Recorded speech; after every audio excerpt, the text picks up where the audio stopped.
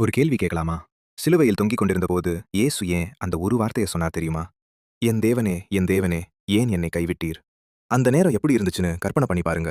வானம் இருண்டு போயிருக்கு. மக்கள் கூச்சலிட்டு நிந்திக்கிறாங்க. ரோம வீரர்கள் அவரோட ஆடைக்காக சீட்டு போடுறாங்க. சீஷர்கள் எல்லாரும் ஓடி போயிட்டாங்க. தாய் மரியாள் அங்க நின்று இதையெல்லாம் பார்க்கறாங்க. முழுக்க முழுக்க தோல்வி மாதிரி தெரிஞ்ச ஒரு தருணம். அப்போதான் இயேசு அந்த வார்த்தை சொல்றார்.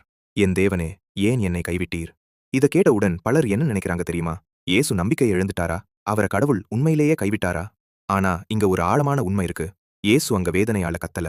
அவர் சிலுவையில் அறையப்படுவதற்கு நூற்றுக்கணக்கான ஆண்டுகளுக்கு முன்பு எழுதப்பட்ட தீர்க்க தரிசன சங்கீதமான சங்கீதம் 22 மேற்கோள் காட்டினார். அந்த சங்கீதம் வேதனையோட ஆரம்பிக்குது, ஆனா முடிவில் வெற்றி.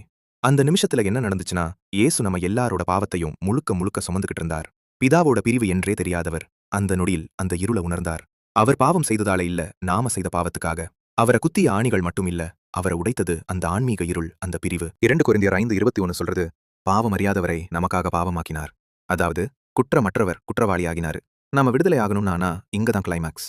அவர் கைவிடப்பட்டார். நீங்க ஒருபோதும் கைவிடப்படாததுக்காக. அவர் கத்தின அந்த வார்த்தை, "ஏன் என்னை கைவிட்டீர்?" அது தோல்வி சத்தம் இல்ல, மீட்பு ஆரம்பமான சத்தம். சில நேரம் கழிச்சு அவர் சொன்னார், "முடிந்தது." அதாவது கடன் முடிந்தது, பாவம் கட்டுப்பட்டது, கதவு திறந்தது. இப்போ நீங்க என்ன பண்ண முடியும் தெரியுமா? தேவன பிதாவேன்னு அழைக்கலாம். அதுக்கான விலை சிலுவையிலேயே கொடுக்கப்பட்டாச்சு. அடுத்த தடவை இந்த வசனம் படிக்கும்போது வேதனை மட்டும் பார்க்காதீங்க. அன்ப பாருங்க, தியாகத்த பாருங்க, உங்களுக்காக உடைந்த ரட்சகர பாருங்க. உங்களுக்கு இது மனச தொட்டிருந்தா கமெண்ட்ல சொல்லுங்க. ஆமென். மேலும் இப்படிப்பட்ட பைபிள் உண்மைகளுக்காக ஃபாலோ பண்ணுங்க.